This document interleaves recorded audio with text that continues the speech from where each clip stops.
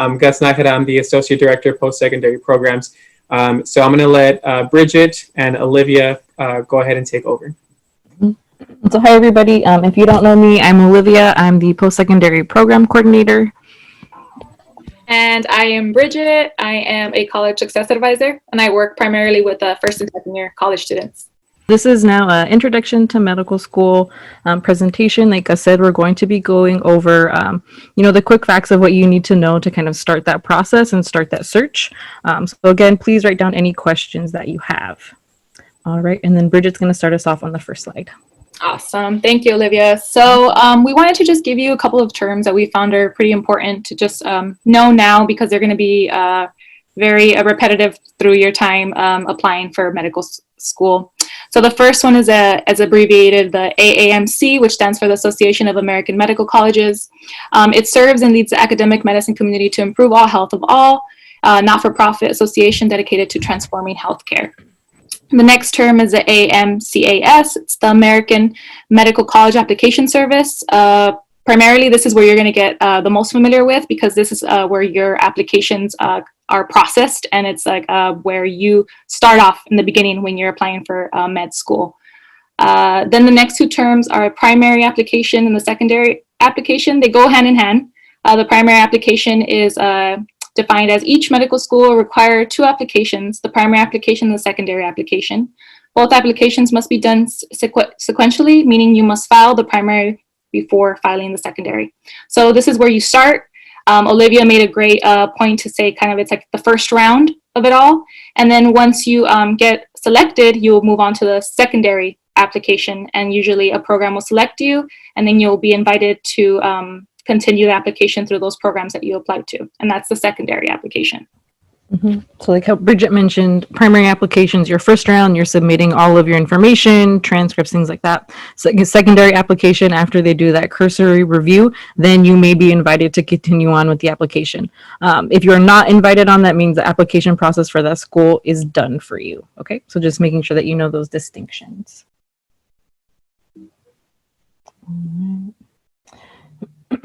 All right, and we decided to give you kind of a list of things to consider before you actually apply for med school. We list a couple of important factors to take consideration. The first is to plan ahead. The application process takes about 1 year. Olivia is going to go a little bit deeper into what that year looks like in a couple slides after this, but just to take in consideration, it's a long process. So if your plan is to work right after you get your undergrad, you may have to kind of adjust accordingly if you're trying to work and also apply to med school at the same time. It's just, you're going to plan. It's basically to make sure that you're well organized and you're taking consideration of all the factors that come after you graduate. The second bullet point, is start thinking early about the process. Will you take time off undergrad? Will you finish your prerequisites? It's something that I mentioned. You're going to have to consider what you're going to do after you graduate from your undergrad. It's something that you need to plan for. And then also, when will you finish your prerequisites? Some of you are already in the medical kind of a route in your undergrad, so that maybe these prerequisites for these programs you've already met, but sometimes your degree that you're getting right now as an undergrad may be different. So you may have to take prerequisites in order to get into these programs. So it's just something to take consideration, and it may take you a little longer than you expect, but it's just something that you have to keep in mind. The next bullet point is create spreadsheets, organizers, etc., to keep track of dates, deadlines, and materials. All of you should be familiar with this kind of keeping track of dates and deadlines, since you're all college students, but it's also something that it should be considered when you're applying for medical school. It's super important to be organized, to keep tracks. That way you don't fall behind and you stay on track with your plan. Next bullet point, communicate early with recommenders. You will be asked, like any other kind of post-education program that you get into, you're going to be asked to send in letters of recommendation. Make sure to keep in mind that to have someone that knows you, that's familiar with your work ethic, and that's going to say some pretty good stuff about you. So start thinking about that now.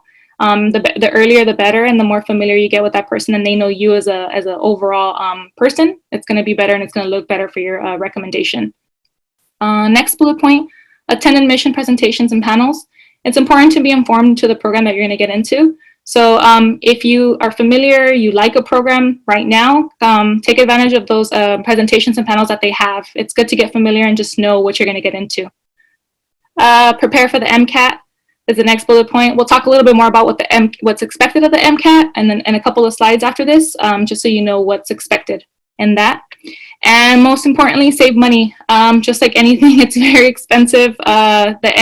I'll tell you a little bit more in a couple of slides how expensive the MCAT is, but it's important to know now that it's going to cost you a lot. And but there are scholarships and there is other ways that you can pay and waive certain fees. So we'll talk a little bit more about that later on in the slides.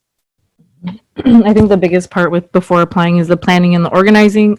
So kind of every bullet point touches on that, right? Make sure you're keeping track of all the materials, dates, and deadlines. And as I go through, the checklist and more of the timelines, you'll see how involved the application process really is, and you'll see, the importance of why we're telling you to plan ahead and really be on top of everything.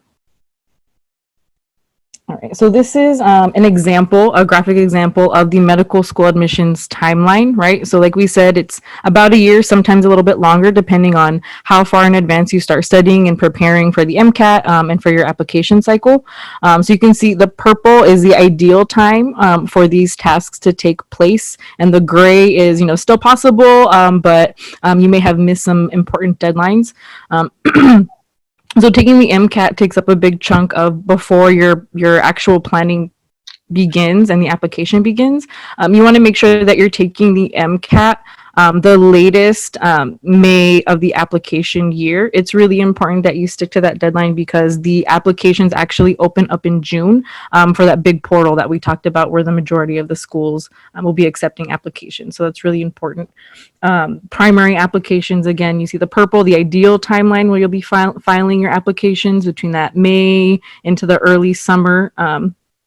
So again, you want to be organized, right? Like Bridget said, are you going to be working? Are you finishing up your undergrad during this process? So you really need to take everything into account so that way your application is as strong as you can make it, right? We're going to move on to the secondary applications. Again, if you don't get invited to the secondary applications, then that application process is done for you. But if you are invited, awesome, then you're going to keep following along with those steps and submitting any other supplemental materials. After the secondary applications are reviewed, you will then be invited to interviews. Okay. Again, interview processes are going to be different than what maybe you're used to now for work or other programs. And then after we see that initial interview period, you're going to go into rolling admissions. So again, depending on the schools that you apply to, they may have ongoing admissions depending where it's at, depending on their different guidelines. So I'm going to show you guys an example of a organizer for medical school admissions timeline. Let me see if my link will work.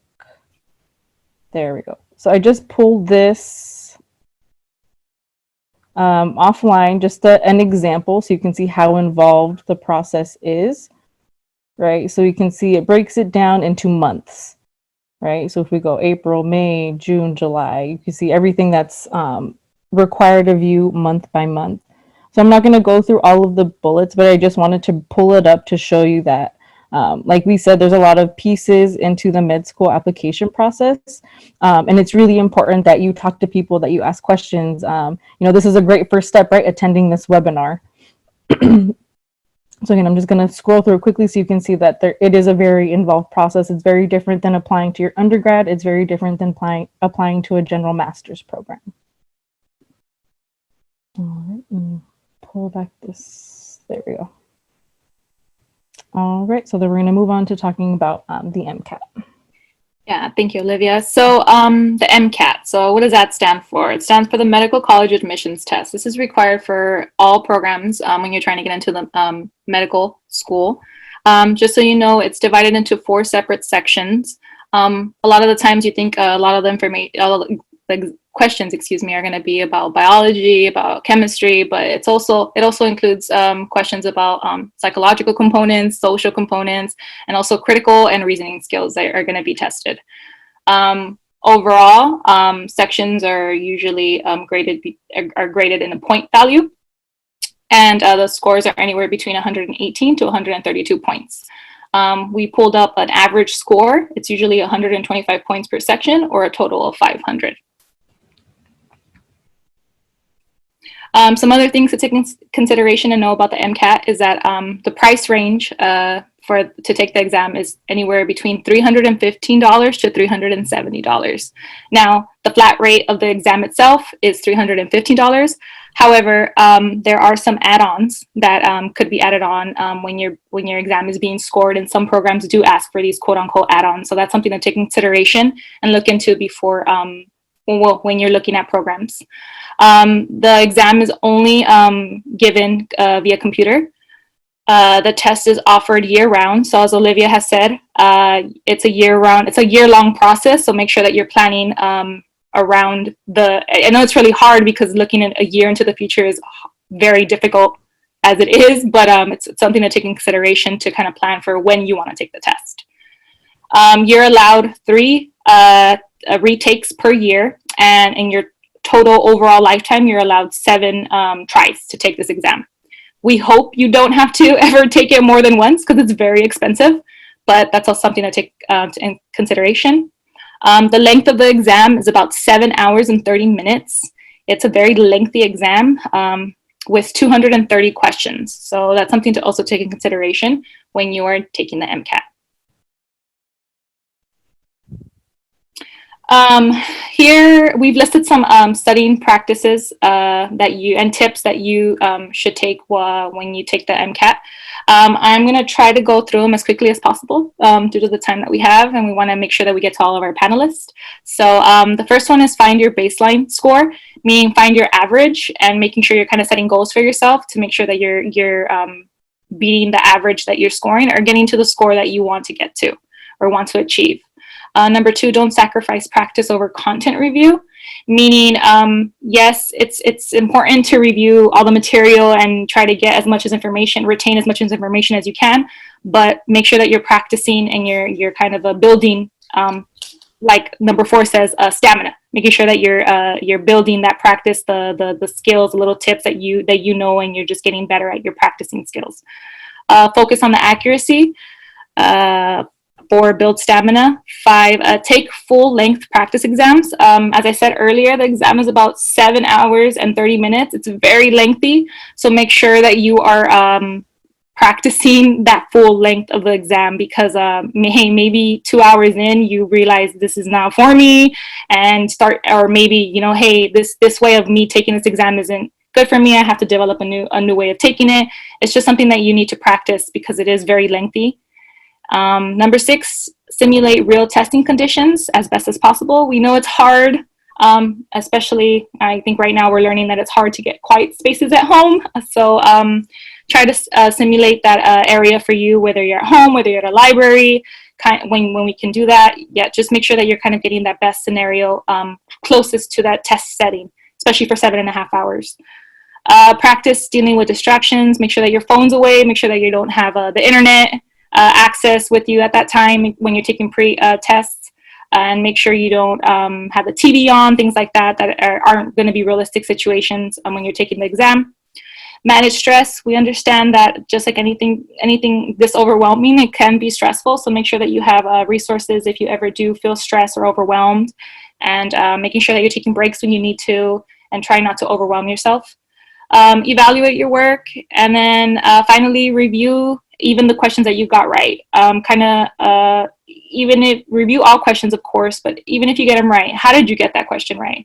Was it because it's a strength of yours and you're very familiar with that material, or was it just a lucky guess? Kind of figure that out as you're going by. That way you can practice on your weaknesses and also on your strengths. All right. And then kind of a checklist that we have here. I'm going to go through it pretty quickly, but it's basically an overview of the materials that you're going to need to gather once you start this process, right? So your letters of recommendation, like we talked about, make sure you are asking early, communicating early. Most of the letters are going to be submitted through a portal, so make sure that your recommenders know that and that they have as much information about you as is necessary, right? So they can write a good recommendation for you. transcripts from all of your colleges. So if you took community college classes, attended a community college, did a postdoc, any classes that you took, you need to gather all transcripts. It doesn't matter if you took a community college class in high school. It's better to be safe than sorry and just use all transcripts. Like we just talked about, you need to have an MCAT study plan, right? We saw that the MCAT is very lengthy. There's a lot of components to you. So it's really important that you do have a plan and that you stick to it. It's almost like a full-time job, right? You have a study schedule and what's going to work best for you. Actually take the MCAT as the next step, right, on your checklist. Your personal statements. So similar to undergrad, you are going to have to write a statement to be admitted into med school. It basically boils down to, why do you want to pursue a degree in medicine? Okay. Obviously there's more to it, but that's basically the essential question. So make sure that you're getting your statements reviewed, that you're getting help with it, that it's not just, a one-time thing, right? It is, again, a very involved application process. So you want to make sure that you're taking the appropriate amount of time to prepare all of your materials. You will need a resume as well. So again, make sure that you're getting help for that. That way it encompasses everything that you will need for a medical school application. It is different than a regular job resume. Okay. You will also need, obviously, your application and your fees. If you're using the Amcas, the first application is $170, and every additional application is $40, right? So this isn't like undergrad where maybe you're applying to 4, 5, 6 campuses. You could be applying to more all over the country. So that's where this budgeting and saving money comes into account, right? It's not just the MCAT you have to pay for, but all of your applications, transcripts, things like that. Also, make sure to check for additional materials. Do you have supplemental statements? Anything else that they're asking you for? Again, organization is key. So maybe you're applying to 12 different schools. Every single one has a different supplemental material. You need to be able to keep track of that. As we looked over in the timeline, you are going to be invited to interview if you get to that point in the application, so it's important to prepare. Again, medical school interviews are very different than regular job interviews, so you want to make sure that you're talking to someone who's done this before. If you're connecting to any sort of pre-med societies on your current undergrad campus, if they have anything like that to help you, make sure that you're connected to resources so that you're prepared. And then lastly, obviously, you're going to apply for financial aid and scholarships. The reality of it is that med school is probably going to be funded by the majority of loans. That's not to say that there's not scholarship opportunities or opportunities to get your education paid for.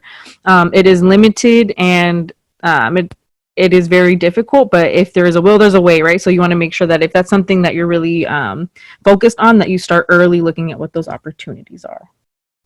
All right, and then the last slide we pulled up a slide to just give you some career examples of what you can do with a medical degree, both kind of typical ones like different types of doctors and maybe not so typical ones. So when we share this out, make sure to look at this slide and do a little bit of research, so maybe you find something that you're interested in.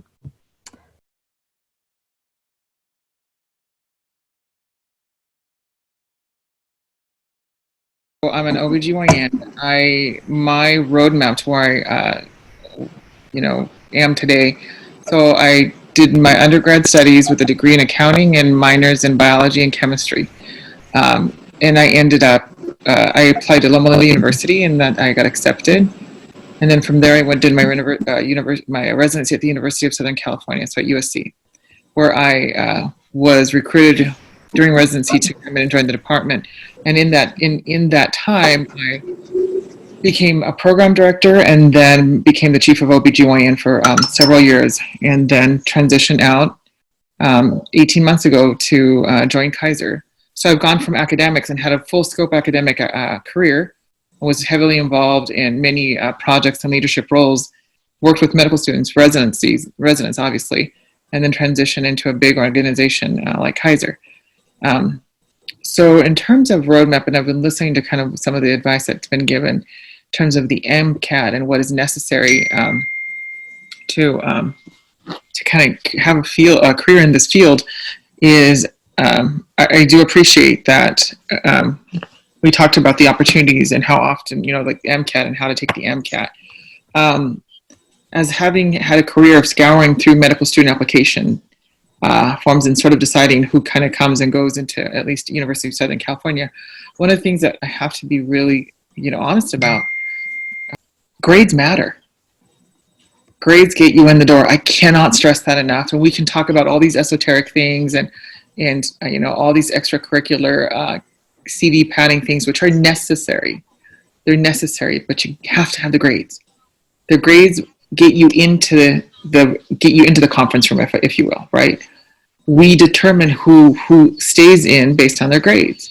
And then from that, because there's a screening process that you have to go through with all the volume that we get, you screen them based on grades. And then once you've evaluated people that have the grades that you need, then you look at what else. Because at that point, you have the creme de la creme across all demographics. And that includes minority groups. We literally, just because we're minorities, it doesn't mean we're not smart, right? It doesn't mean we're not able. It doesn't matter where we come from in the journey or how hard it may have been to get where we're at. We just have to remember we can still do it, right? We can still thrive and really be successful. So strive for your grades. Focus on that above all. Focus that above any extracurricular activity. Once you have the infrastructure for good grades, then we start adding the icing on the cake. Does that make sense? The foundation has to be very solid. If your grades are great, then the icing is like, okay, what have you done in research? What have you done to volunteer? You know, outside of you know, your brain, what kind of person are you? Are you going to be able to relate to people? Are you going to be able to relate to patients? But none of that will matter unless you actually have the grades that get you into the room, right? The grades won't keep you in the room, but they'll get you into the room. Does that make sense? So what I tell my mentees that are trying to get into medical school, I keep telling them, this is a race, and this race starts early. And if it's something you want to do, you have to do this above everything else. I remember when I was recruited to my medical school, the recruiting team, when they interviewed me, they said, you know, you have to want this like you want air. And that stayed with me. Like, yeah, I need to want to get here like I want to breathe. So that means, you know, didn't go out, focused on my grades. Didn't watch television, focused on my grades. When it was time to study, I studied. I did everything, put everything aside and studied. If I had questions about chemistry, I didn't just wait around and waste time. I went to somebody that could help. If I had questions about economics, I went to somebody that could help.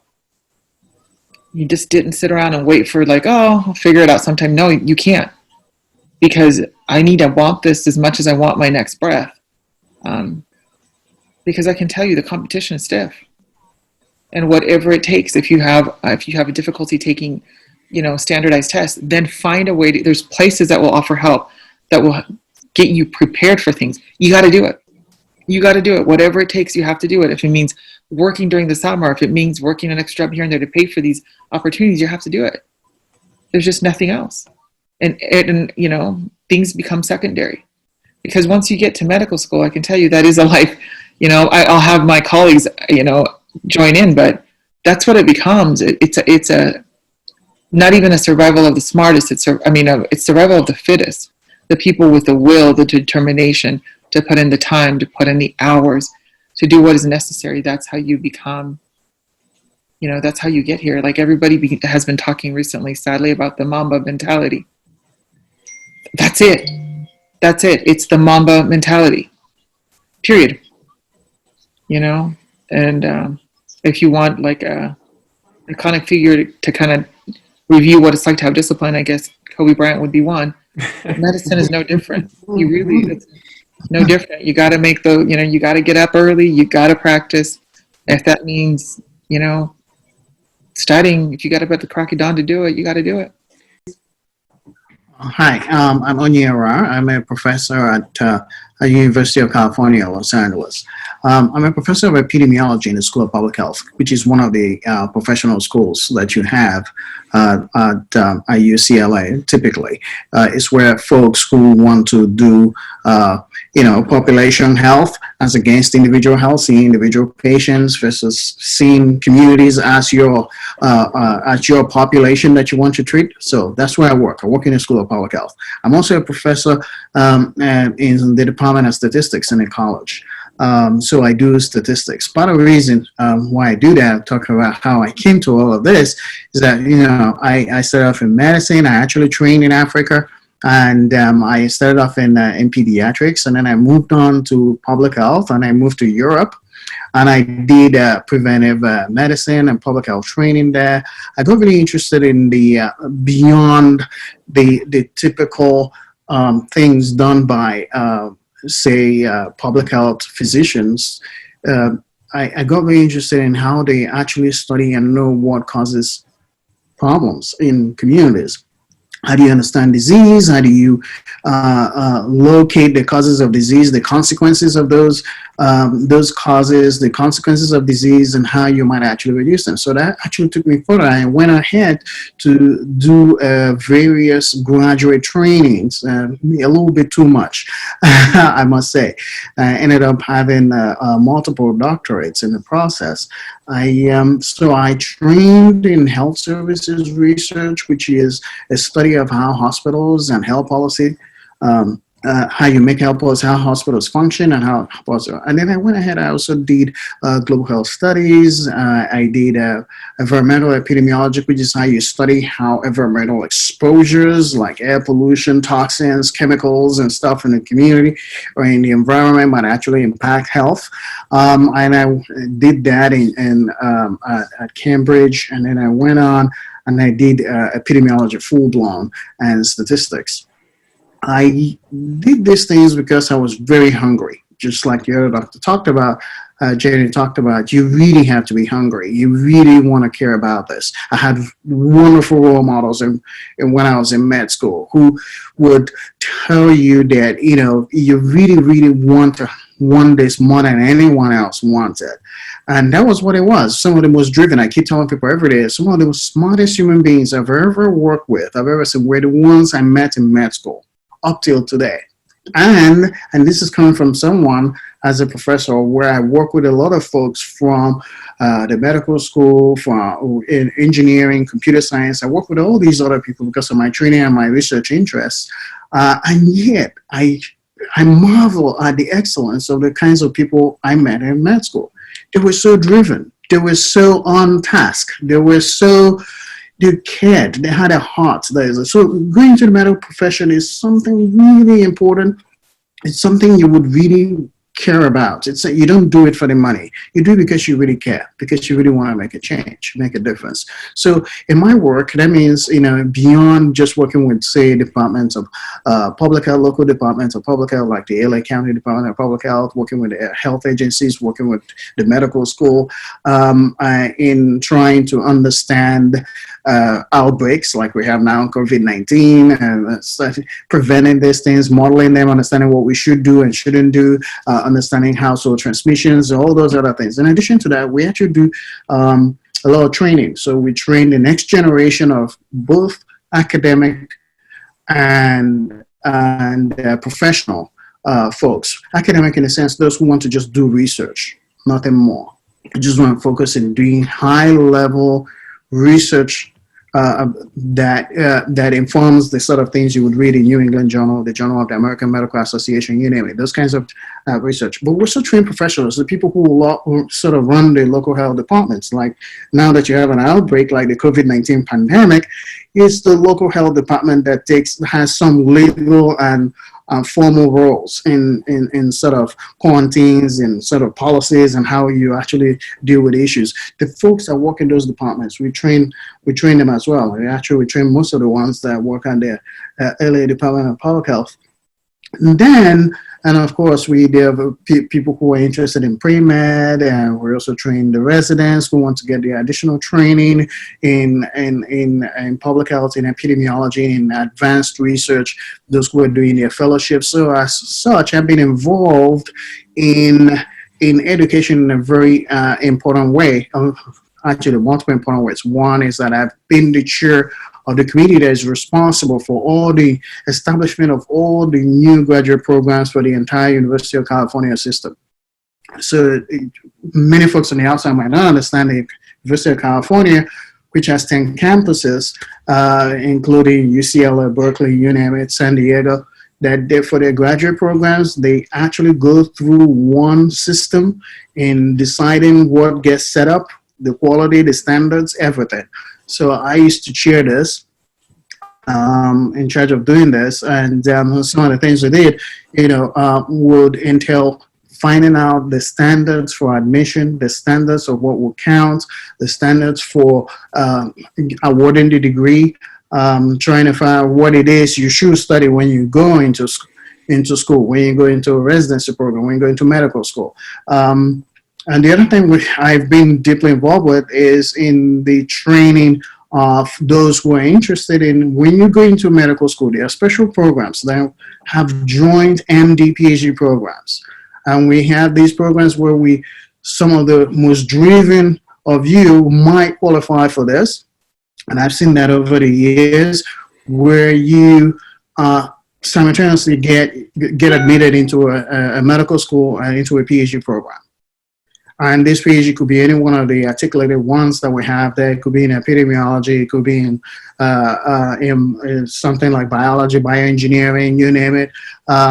So I've been involved in this and selecting the folks who get into this training and involved in setting up this program. The other related program we've had, and we continue to pursue, is those who already have their NDs and they're doing their residency or their fellowship, and they want to get additional training. We also have programs where we actually allow them to do their fellowship plus, say, a PhD or a master's degree.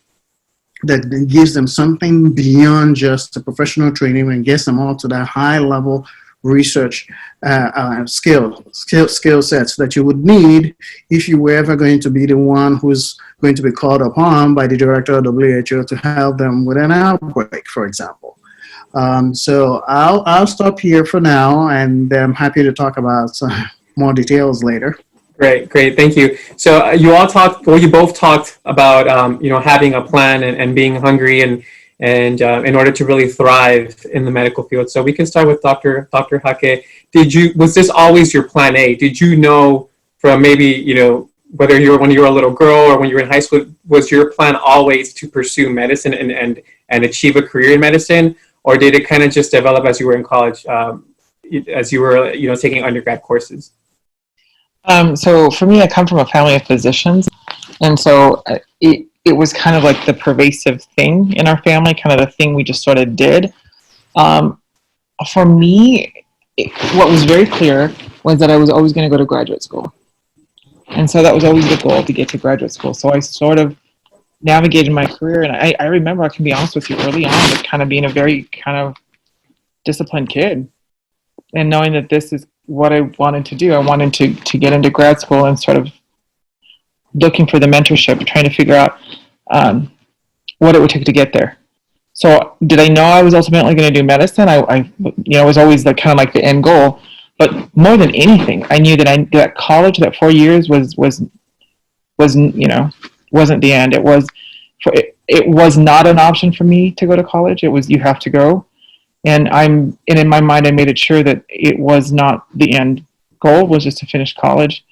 And, I wanted to go to medical school. So certainly by the time you're in college, if you actually want to do this career, you have to get really serious as soon as possible.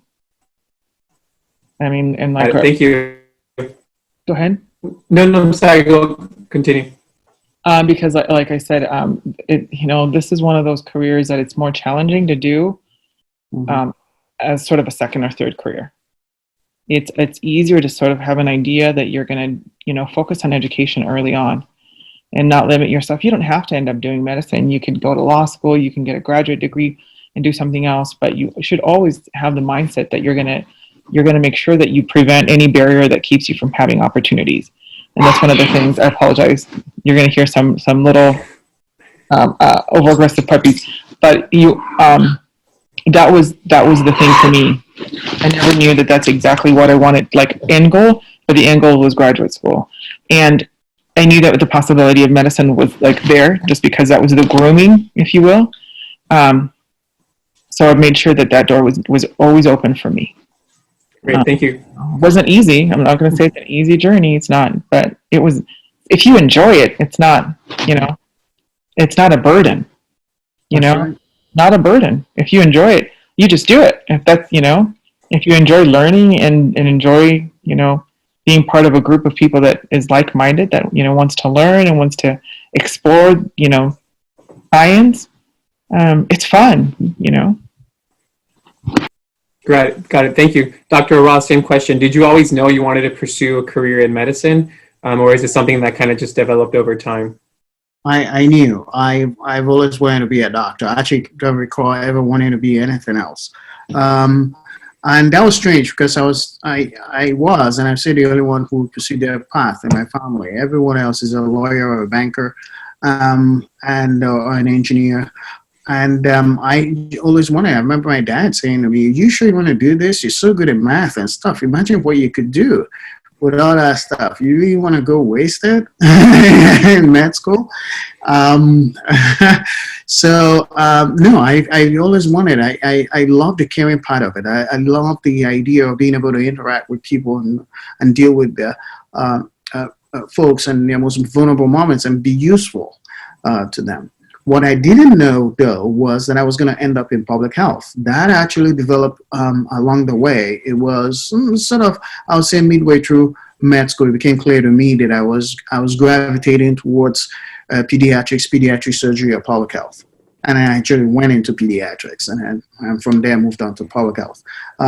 Because I had folks, role models that I admired so much, who were able to combine these things and think big, and would wonder when they were in the emergency room doing pediatric emergencies or something, wondering, where did these children come from? Why are they here? Could we have prevented their problems in the first place? So the public health part came later, but I always knew I wanted to do medicine. I don't know what else I would have done, actually. I didn't have a plan B, unfortunately. Okay. So you should have a plan. Well, we're glad your plan A worked out. Great. So, and then just for the rest of the panelists, if you have questions, start writing them into the group chat. I already have a few coming in, so I'll start asking those. But if you do have questions, make sure that you start writing them in, and I'll start asking them as they're incoming. So, I think Dr. Ra, you talked about how you had people like mentorship and people that kind of helped you through that, and I think Dr. Hake, you talked about the same thing. So. One of the questions that one of our students has is, where is the best place to find mentors that can guide you through the med school career? So so we'll start with Dr. Ara this time. So where did you find that sense of mentorship that you needed to be able to, someone to guide you essentially for you to achieve your current success in the medical field? Right. So early on, I had two sets of mentors early on, and one outside of an alum of the medical school I wanted to go to, and of course the professors who were there, like the professors of pediatrics and neurology, who were exceptionally good at what they did, and really, I really could talk to them. I could admire what they were doing, and so I found them in and outside, and they serve different purposes. Sort of to encourage you to see what it is you're getting into, and the things you should take into account as you get ready for the various stages you're going to be in. These are the ones who will make sure to remind you of who you are, remind you of the things you've always wanted to do, and sort of, be truthful, and sort of point out the things where you go, look, this is not for you, and that's not for you, and then you get to make your own decision. So I had those mentors within that, and as I moved on and went on to further training in outside of med school and even in grad school, you find more mentors. Interestingly, one of the mentors that I had at the moment, even when I was in Europe, was from UCLA. We never actually met. So you could have mentorship even from a distance. So as much as I always had mentors who were around me and from the schools, from the hospitals, I also had mentors that were distant. These were remote mentorships. And one of them ended up where I am today at UCLA, ended up being one of the key people who tried to recruit me to UCLA. But for many years, we never actually met face to face. It was through the internet and was extremely pivotal in my choices, talked me out of a number of things. Some of them I wasn't quite sure at the moment, but I'm thankful now that I'm older why he talked me out of it. One of the things he did was to talk me out of the East Coast. He had spent years there working on the East Coast, and when he thought I wasn't listening, he would say, look, you don't want to go be part of a mafia. I'm just exaggerating. But he knows that sort of thing will get my attention. So you could have mentorships that are local, that are within, in my own experience, that are within your institution where you are in the medical school, at a hospital, doing your graduate training or your residency. You also have those people outside. There is such a thing as having too much mentors. You shouldn't have too many. And you can have them from a distance. They serve various purposes in sort of helping you think through issues right here and now, as well as thinking about the future, where you're going to go. So that's been my experience. And you just have to be able to get along. The person has to be able to see you for who you are. There's no point in just having names as mentors. They have to really put in the work. It's a lot of work. Got it. Great. Thank you. And let's see. Let's look at our questions. We have a few coming in. So this one's for Dr. Hake. I'm assuming she's referring to med school, but she said, what's the hardest, or what are some examples of some interview questions that you were asked, and what are maybe some examples of some like, non-traditional tricky ones that you remember you having to answer that you didn't expect? For me, for getting into medical school, medical school is different than residency. The residency questions are a little bit more tailored to the discipline you're choosing, but some of them apply. We want to know, because we know your grades, right? By the time when you're applying, we already know, we have a really good sense of what you're capable of doing based on basically on your application. So your abilities to perform well, and some ideas in terms of your altruistic endeavors, right? So most people, by the time they apply to medical school, will also have a little bit of like volunteer work. They'll have a personal statement. So we sort of understand kind of what brought you to this path, why you chose this path. But at that time, we always want to know, again, we'll reiterate, why did you choose medicine? It's a pretty broad question, but we want to know why you chose it. And you'd be, we have some, like over all my years, I've heard some really amazing stories, and some of the things, some are expected, like, oh, my father's a physician, and some are not. Some are, they throw you off guard, like, well, my sister, for my case, and when I come in and I do interviews, they sort of tailor people that show interest in different things. For women's health, for instance, for me, I've had people tell me, my sister died of ovarian cancer, so I'm here to find a cure. Those kinds of things. So it's awesome, but we want to know why you chose medicine. And we want to be able to hear it, and we want to be able to see it. We want to understand who you are and what you are and why you chose medicine. The other thing, I'm going to be honest with you, everywhere you apply at SC, I want to know, I'm still a professor at SC, I want to know why you chose SC. I want to know that you're not saying, I wanted to stay in California, and I've had that answer, trust me. I've had that, I like Southern California, I'm interviewing at UCLA, I mean, you know, right? So I want to go to Cedars. And for me, those people, immediately I'm like, because I want to know why you chose this school. What about our mission, our footprint? Why do you want to be here? Because at the same time, I'm going to know that you're really excited about this program. You've done your due diligence about this program, and you're this kind of a person, because we don't, well, at least at SC, we weren't looking, and I'm sure this is standard. You're not looking for just someone that's going to come in and just do great medicine. You want a leader. You want someone who's going to leave your institution, whether you went to medical school there or you did your residency training there because you're all alumni of that institution. You want someone who's going to, make a difference. And so you're looking for people that have that skill set and that potential. And for me, it starts like, why did you choose medicine? And why did you choose my program? Those are two key things. We also want to know a little bit more about who you are. Someone might ask you, what's the last book you read? I have colleagues that love to ask that question. What's the last book you read? It's interesting.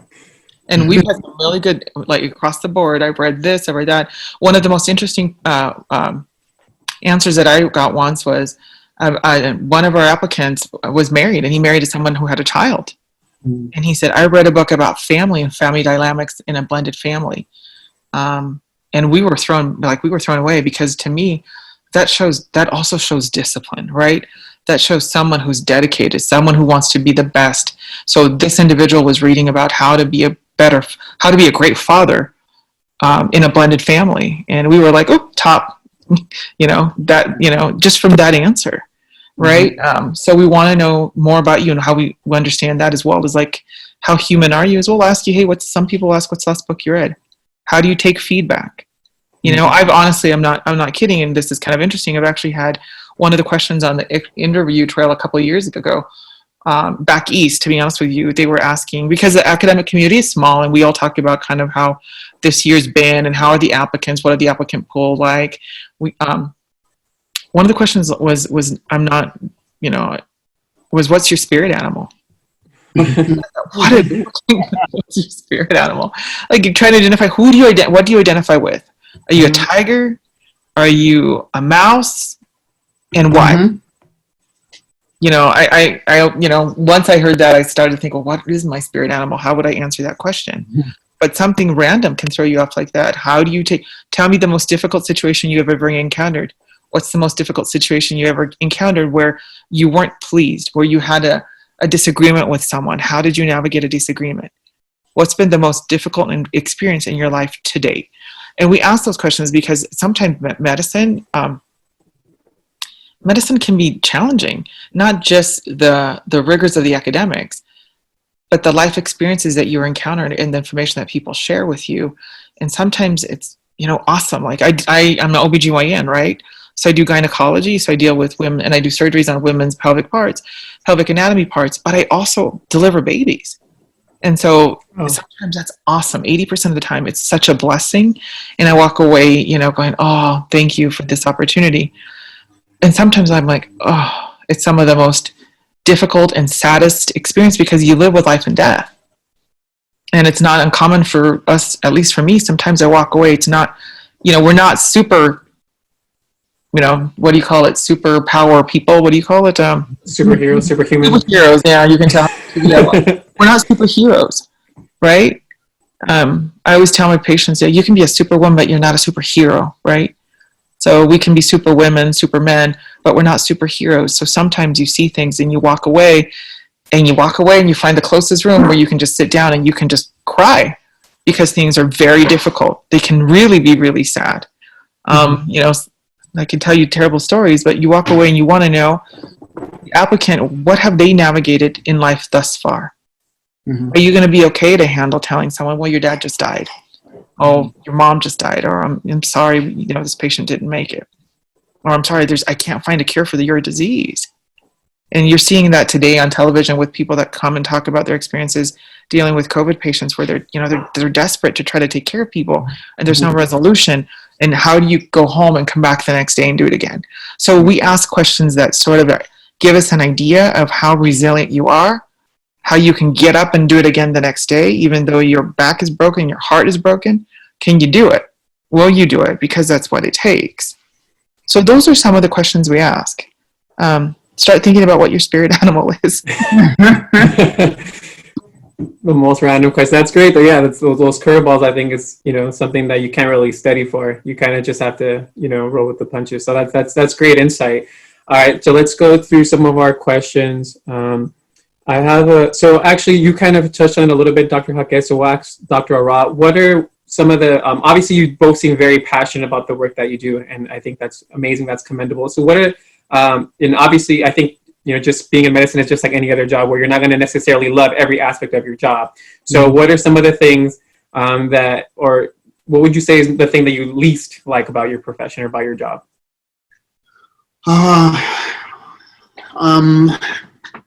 Finding the money to do your work. So what do I mean? You know, in public health functions, when it does well, you don't notice.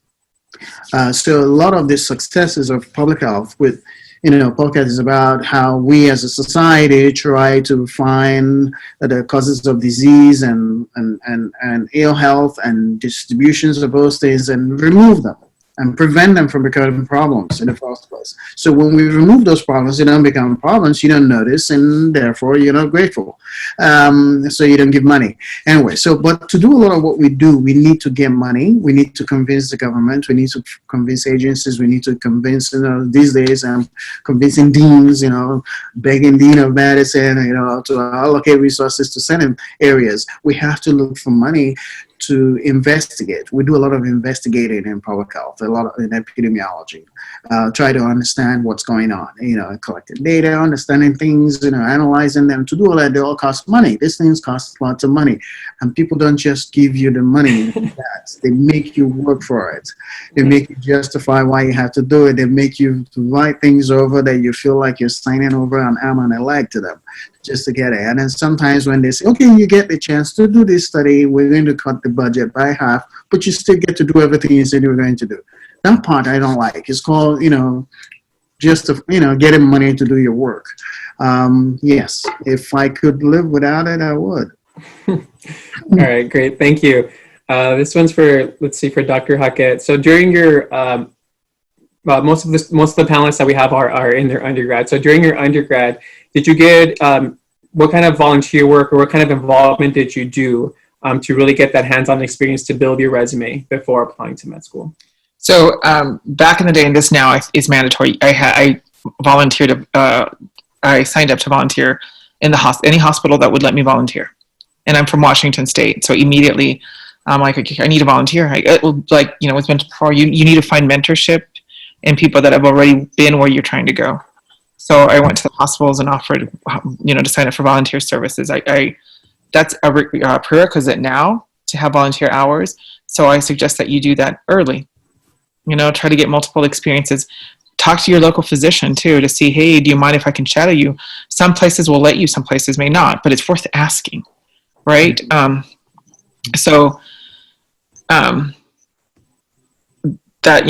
kind of the things I did. I speak Spanish. I'm just trying to think of it. It's been so many years. I'm ESL. So I volunteered to teach. I went to the community college and asked if anybody needed help in their courses for ESL training. So I taught ESL classes at night because it was really important for me to work to get back into the community. And in that opportunity, I was able to develop my own mentorship skills to sort of navigate people from ESL studies to potentially taking classes at the community college. So I did that for like 2 years. I worked trying to just volunteer in part of whatever community opportunities I had to work with Hispanic populations. So one of the big ones that I was able to do was teach ESL courses. I knew nothing, and I'll be honest with you, I knew nothing about setting up curriculum that had information for me so that I'm a college kid trying to figure out how to teach.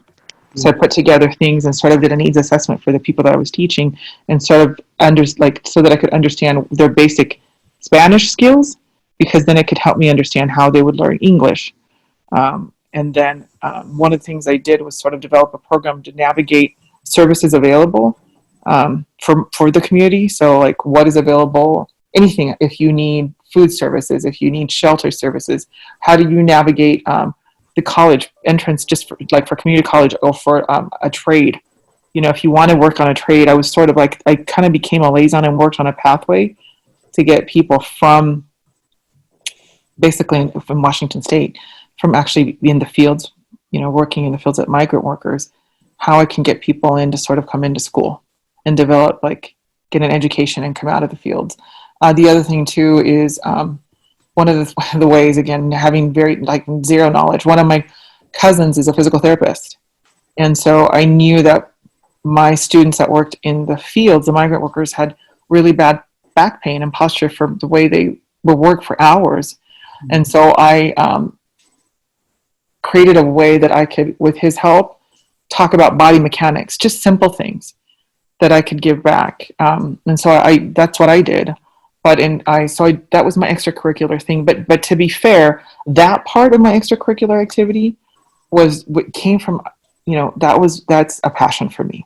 Right. I would have never made it to medical school. It wouldn't matter squat. I still would have done that. Because that, to be honest with you, in some ways means more to me, depending, it's neck and neck with the healthcare that I provide. Is that ability to just, to help my people, people that, so I did that, but I volunteered in every, anyone who would take me, any clinical setting that would allow for me to be there. I went, and just knocked on doors and said, can I come in? Would you mind? And then by doing that, then I had people that could vouch for me that I was interested in the field, and that could vouch for me that I was responsible, that I would show up. And I included all the other volunteer programs that I did because in some ways, to be fair, I demonstrated that to people that I care about people, that I'm actually passionate about helping people, which when it comes to it, that's what medicine is. All parts of medicine, research, if it wasn't for people that were interested in research, medicine wouldn't be, we wouldn't be the people we are today. We couldn't provide the care we're providing today. We couldn't pull off understanding COVID-19 the way we do today, right? It takes people that have even a higher skill set. And I would say, I'm going to just say it, a higher IQ to pull off those kinds of things. That's a special subset that does what, that can do that. But all of these things that you do to get there show that you have interest in caring for people. Does that make sense? At the end, passion at the end is that you're going to get up and you're going to move heaven and earth to help whomever is in front of you. I'm not saying we're perfect, we're not. But that's the underlying thing. That's kind of what moves you. So this is for Dr. Ara. A lot of students, this is actually specifically from a high school student that we do have on. She wants to know, what would you recommend? So she actually wants to study oncology. But I think just in general, the question overbearing would be, what would you recommend someone that wants to get into medicine major for their undergrad? Or if you feel does that make a difference in your opinion, what they major in undergrad? Is there something specifically that you look into, or do you feel that at the end, it doesn't really matter? Well, in many ways, at the end, it doesn't really matter because we've admitted folks from who did anthropology. We've admitted folks who did arts and dance. So we've admitted folks who got a degree in public health and been admitted into medical school. Different medical schools, look at the medical schools you're interested in and find out the kinds of people they've been admitted, what their backgrounds have been. It helps to try to find that out. There are some schools that obviously prefer people who do typical pre-med type profiles, and there are schools that want to see, are you that sort of big thinker, you've been exposed, have you had a far more liberal education before wanting to come to medical school? So you do have those possibilities. Yeah. Great, thank you. Dr. Hake, we have a question, which, and we understand that medical school can be very expensive. So can you tell us how you paid for medical school? I'm still paying for medical school. Yeah, I'm still paying for medical school. And I get that question comes up often. So this is how I see it. And this is one of the things I used to teach my migrants, my students. I used to say, okay, you have to think of investments in life, right? Buying a car, guys, it's not an investment. That's an expense. Buying a house can be an investment, right? Because you have equity. But investing in yourself, I think, is the biggest investment in life. Because say medical school, let's just throw a number out there, just for ease. Say a medical school costs $200,000. That's an average, right? $300,000 for that career. When you are finished, and if we're talking about just economics, depending on the subspecialty you choose, you will make that money potentially in 1 year. And I'm not trying to say, I don't want people that go into medicine for the lucrative aspect of it, because if you do that, you're going to be disappointed. Medicine today is not what it was when I started in terms of compensation models. That said, you will be able to pay for your medical school. You will. It's how you budget, how you live your life. But you will make more. Definitely, if you don't do it in 1 year, you'll make it over time. You'll be able to pay that off. So it's an investment in yourself. It really, truly is. If you're concerned about paying for medical school, and I know a lot of all of us here on this call, that's a concern. If at the end of the day, you have to get loans to get through medical school, I'm not saying it's the best thing. Sometimes you can get scholarships, look for other funding sources, right? To get really good grades so that you can qualify for as many opportunities as you can. That's why I say never limit yourself and start early. Mm-hmm. But if you can't, and you have to take loans, that's an investment in yourself. Right. It is. I hate to say it. When it's all said and done, don't let the expense of medical school keep you from going to medical school if you know you belong there, if you know you want to do this, if you know you have what it takes to stay here, and when you come out, go out and I say this, blind, change the world. You can. Why not? Right? You can be the person that discovers a cure for ovarian cancer. Why not? But if you are concerned about the expense and then that's what keeps you from going, then I don't think you really wanted to be there that bad. Because it's honestly, truly the best investment you can make. Invest in yourself. And this is just one of many opportunities in your life that you're going to have when you have to make some decisions. Invest in yourself. If you invest in yourself, you'll be able to invest in others. So I tell you, don't be afraid of that. I think people make it seem like it's a Goliath that's untamable. I don't know if you guys understand that analogy. And if you do, you know what happened to Goliath, you know? You know, we can do this, and it's okay. You can come out and pay off your school debt. And the way things are set up and structured, they make it easy for you not to be able to forget. But like I said, you gotta want this. You know, you have to want it more, because over your lifetime, you're going to spend that money. I can assure you, you're going to spend that kind of money on something else. So why not spend it on yourself? And then when you're done, if we're talking about just the basics, you're going to have a job. You're always going to be needed. People like healthcare there's always a job for healthcare providers. So that's important, right? If you want to better your circumstance, you're always going to have a job. And at least the metrics today, you're going to be able to pay off medical school. You will. Great. Thank you. And Dr. Rod, some last words of wisdom for our students that you'd like to give? I would say, find out what it is you're passionate about. Find out what it is you would do if they didn't pay you. Like Dr. Aamc was referring to, you could see she was very passionate about what she did, and some of the things that have later fed into med school for her. So it is for me. I know, and of course, you don't tell your future employee you will do it for free, but the idea is if you find an angle for what you're passionate about, and find that if that angle is within the medical field, you will be better off if you always make sure that you have that angle present in what you're doing during your training, or what it is you're going to do later. Never ever drop it just for compensation or for money. You'll be miserable. It really doesn't work that way. I know. I mean, many times I'll go, oh, no, maybe I should just, sit down and just see patients and stuff like that. But I'll be miserable because I'm sort of a nerd. I like to think about certain things. I have a gift for certain things. I would be ashamed not to do it, but I would do it for free. So find an angle. Always go for that passion. If you're not passionate about it, I have classmates and friends, people I went to school with, who endocrinologists, for example, who absolutely loved the immunology, the lab work they did in immunology. They got a PhD in immunology and also endocrinologists, and they loved it so much. But when the clinic, they were spending too much time in the clinic. They became disillusioned. They were missing the labs, and then after we had a talk, and I said, why don't you try and spend some time in the lab again and see if it's the thing? Because I always knew he liked labs. I knew he always liked, he was an egghead.